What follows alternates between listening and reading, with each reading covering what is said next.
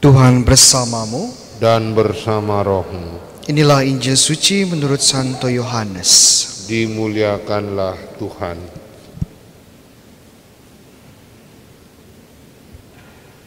Banyak di antara orang-orang Yahudi yang datang melawat Maria dan menyaksikan sendiri apa yang telah dibuat Yesus terhadap Lazarus dan percaya kepadanya. Tetapi ada juga yang pergi kepada orang-orang Farisi dan menceritakan kepada mereka apa yang telah dibuat Yesus itu. Lalu imam-imam kepala dan orang-orang Farisi memanggil mahkamah agama untuk berkumpul. Mereka berkata, "Apakah yang harus kita buat? Sebab orang itu membuat banyak mukjizat.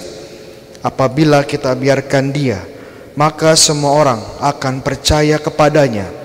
Lalu orang-orang Roma akan datang dan merampas tempat suci kita serta bangsa kita." Tetapi seorang di antara mereka, yaitu Kayafas, imam besar pada tahun itu, berkata kepada mereka, "Kamu tidak tahu apa-apa. Kamu tidak insaf bahwa lebih berguna bagimu jika satu orang mati untuk bangsa kita daripada seluruh bangsa kita ini binasa." Hal ini dikatakan Kayafas bukan dari dirinya sendiri, tetapi sebagai imam besar pada tahun itu, ia bernubuat bahwa Yesus akan mati untuk seluruh bangsa, bukan untuk bangsa itu saja, tetapi juga untuk mengumpulkan dan mempersatukan anak-anak Allah yang tercerai-berai. Mulai dari hari itu mereka sepakat untuk membunuh dia. Karena itu Yesus tidak tampil lagi di muka umum di tengah-tengah orang Yahudi. Ia berangkat dari situ ke daerah dekat padang gurun di sebuah kota bernama Efraim. Di situ ia tinggal bersama murid-muridnya. Waktu itu hari raya Paskah orang Yahudi sudah dekat, dan banyak orang dari negeri itu berangkat ke Yerusalem untuk menyucikan diri sebelum Paskah. Mereka mencari Yesus, dan sambil berdiri dalam bait Allah, mereka berkata kepada yang lain, "Bagaimana pendapatmu? Akan datang jugakah ia ke pesta?" Demikianlah sabda Tuhan. Terpujilah Kristus. Saudara-saudara yang terkasih, hari ini kita mendengar bahwa kebencian para penatua bangsa Israel, para imam kepala dan imam agung orang Farisi ini mencapai titik nadir, ya, mencapai titik terendah, di mana mereka pun sudah sepakat untuk menghabisi Yesus secepatnya. Ya, dan memang besok kita masuki Minggu Palma, memasuki Pekan Suci, ya, di mana drama ini akan lebih intens lagi mencapai puncaknya pada Tri Hari Suci. Pertanyaannya sederhana, kenapa para penatua ini sangat membenci Yesus? Ya, benci banget sama Yesus. Kenapa? Ya, kalau kita lihat bacaan-bacaan, ya, hari-hari sebelumnya, mulai dari minggu keempat dan juga minggu kelima, kita akan melihat sebuah alur yang cukup menarik. Ya, awalnya Yesus hadir di kota Yerusalem menyembuhkan seorang yang lumpuh. Ya, dan kebetulan yang lumpuh ini ternyata disembuhkan pada hari Sabat. Wah, mengetahui ini orang Farisi geger, ya, nggak boleh menyembuhkan orang hari Sabat. Namun kontroversi tidak hanya berhenti di situ. Kemudian Yesus menjelaskan siapa dirinya dan kenapa dia harus menyembuhkan bahkan hari Sabat. Karena dia berasal dari Allah, karena dia anak Allah, karena dia setara dengan Allah. Sama saat Allah Bapa bekerja, bahkan sampai saat ini Yesus pun bekerja sampai saat itu, ya, sampai hari Sabat, bahkan di hari Sabat. Wah, semakin geger lagi. Dan mereka melihat ini sudah kurang ajar. Kenapa? Karena sudah menghujat Allah sendiri. Dan bagi penghujat Allah harus dihukum mati. Tapi Yesus bilang, tunggu dulu, ya. Kalau saya berbohong tentang siapa diri saya menghujat Allah. Saya dihukum.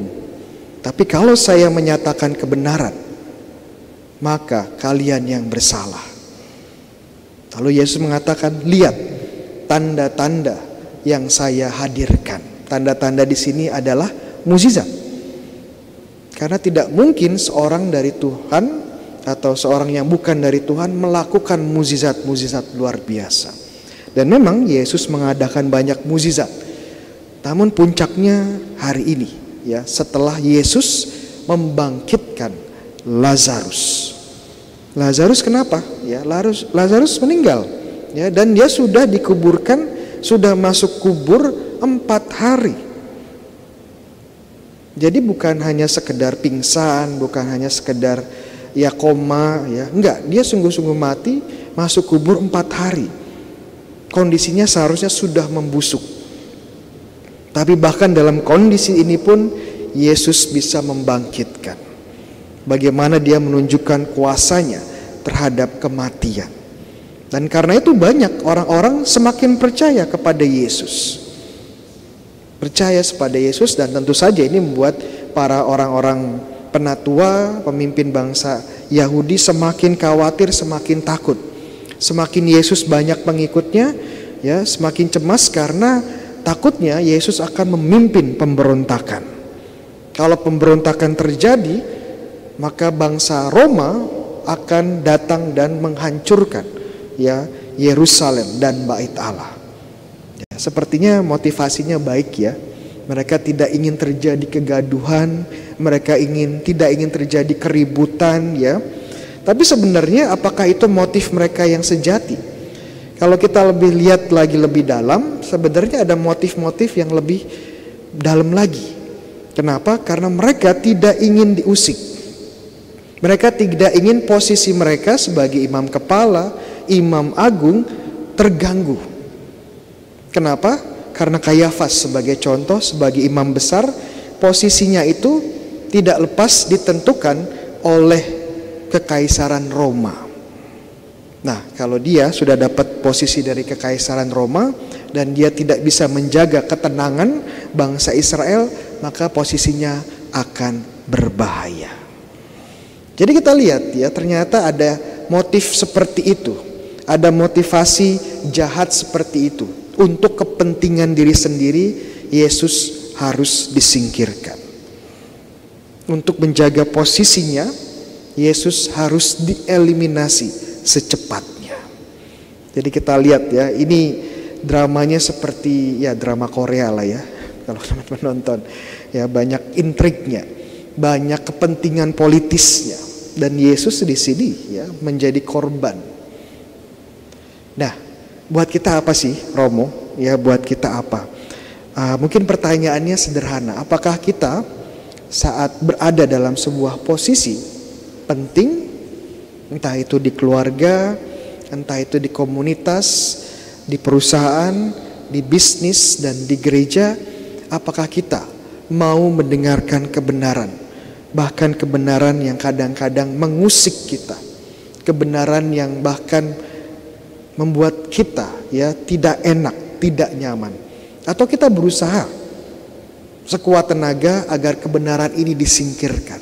Saya nggak mau dengar, yang penting saya nyaman. Dalam keluarga, ya, apakah kepala keluarga ini mau mendengarkan, ya, pendapat dari istri, pendapat dari anak-anaknya, ya, atau selalu merasa saya paling benar, kamu diam saja. Sebagai orang tua, apakah kita mendengarkan, ya, pendapat anak-anak kita? Apalagi anak-anak yang sudah semakin dewasa. Atau kita selalu memperlakukan mereka seperti anak kecil. Seperti Kayafas tadi bilang, kamu tidak tahu apa-apa. Padahal pendapatnya belum tentu salah. Padahal pendapatnya mungkin saja benar, kita yang salah. Apakah sebagai pemimpin komunitas kita mau mendengar anggota yang lain? Apa yang menjadi kebutuhan mereka, apa yang menjadi concern dan keprihatinan mereka? Atau kita menutup telinga, ya, yang penting apa yang saya lakukan pasti benar. Apakah sebagai imam, ya, kita mendengarkan umat? Ya. Dan saya percaya Romo Seto, ya, sebagai pastor paroki ini rajin mendengarkan umat, ya. Dia rajin mendengar dengan mengunjungi umat.